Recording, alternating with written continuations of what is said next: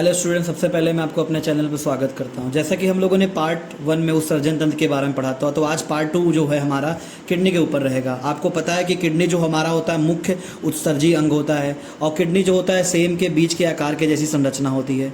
तो आप ध्यान देंगे कि जो हमारा दाहिना किडनी होता है वो लीवर के दबाव की वजह से थोड़ा सा नीचे होता है, और किडनी जो होती है, किडनी के ऊपर एक छोटी सी थैली या तो ग्रंथि पाई जाती है। वो ग्रंथि चैप्टर में पढ़ेंगे, आप आगे पढ़ाएंगे। तो जो ग्रंथि होती है, छोटी सी थैली होती है, वो आपकी अग्विक या तो एड्रिनल कहलाती है।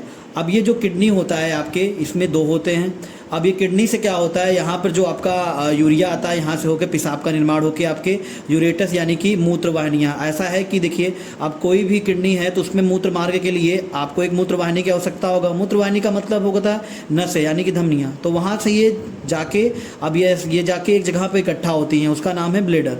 ब्लेडर जो होता है वहाँ पर इकट्ठा होता है। ब्लेडर में जो आपका यूरिन होता है यानी कि जो आपका मूत्र होता है, आधा लीटर तक इकट्ठा होता है और मूत्र मार्ग द्वारा बाहर निकल जाता है। मूत्र मार्ग को यूरेथ्रा बोलते हैं, और जो आपका मूत्रवाहिनी होता है उसको यूरेटर बोलते हैं, जो आपकी दो नसें होती हैं। कुल मिला के अगर बोलूँ तो किडनी जो होता है आपके सेम के बीज के आकार का होता है। किडनी दो प्रकार के, मतलब दो होते हैं आपके, और जो मूत्रवाहिनी भी होती है उनकी एक जोड़ी यानी कि दो वो होते हैं। ब्लेडर आपका एक होता है, मूत्र मार्ग द्वारा इसको निकाल दिया जाता है। अब हम जरा किडनी के बाहरी तो हमने पढ़ लिया। अब इसके आंतरिक संरचना के बारे में हम लोग पढ़ते हैं। तो देखिए, किडनी जो होता है सेम के बीच के फलीकार जैसा होता है।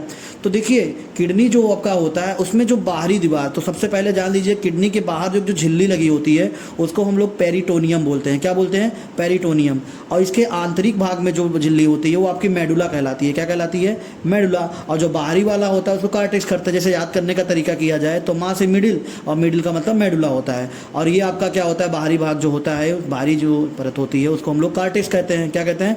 कार्टेक्स। और जो प्रवेश द्वार होता है उसको हम लोग रेनल हाइलम, अभी आया हुआ क्वेश्चन एसएससी में पूछा गया था कि रेनल हाइलम कहाँ पे पाया जाता है, तो कहाँ पाया जाता है? किडनी में पाया जाता है। कहाँ पाया जाता है? किडनी में पाया जाता है। और यही रेनल हाइलम में जो आपका अमोनिया होता है वो बहुत ज़्यादा मात्रा में सांद्रण होता है।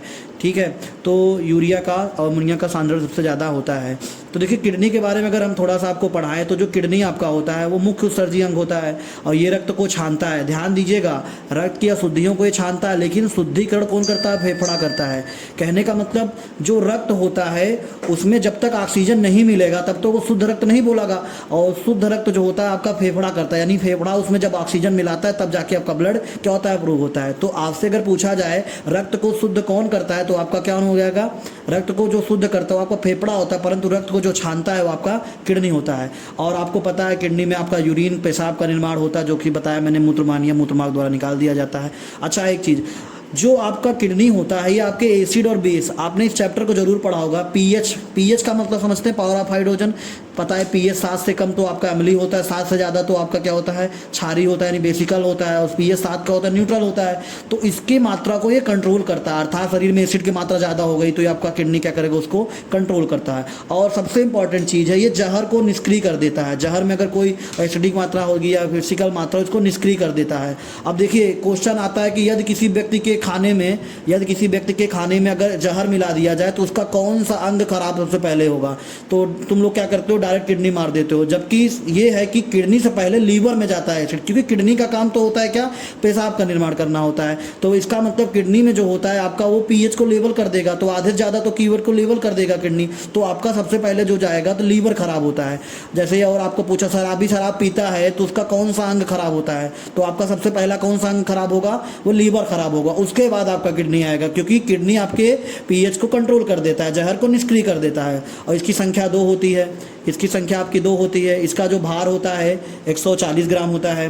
और जैसे बड़े लोग हुए, ज़्यादा मोटे ताजे हुए, तो उनका थोड़ा सा और बड़ा होगा। और मैंने बताया इसकी बाहरी झिल्ली को हम लोग पेरिटोनियम कहते हैं, और इसके बाहरी भाग को मैंने अभी पिक्चर में आंतरिक संरचना में बताया कि कार्टेक्स होता है। आंतरिक भाग आपका मेडुला होता है। प्रवेश द्वार रेनल हाइलम, मैंने बताया यहाँ अमोनिया और यूरिया का हाईली सांद्रण होता है। और देखिए, जैसे कि कोशिका की इकाई होती है, जैसे घर होता है उसकी छोटी इकाई ईंट होती है कि नहीं?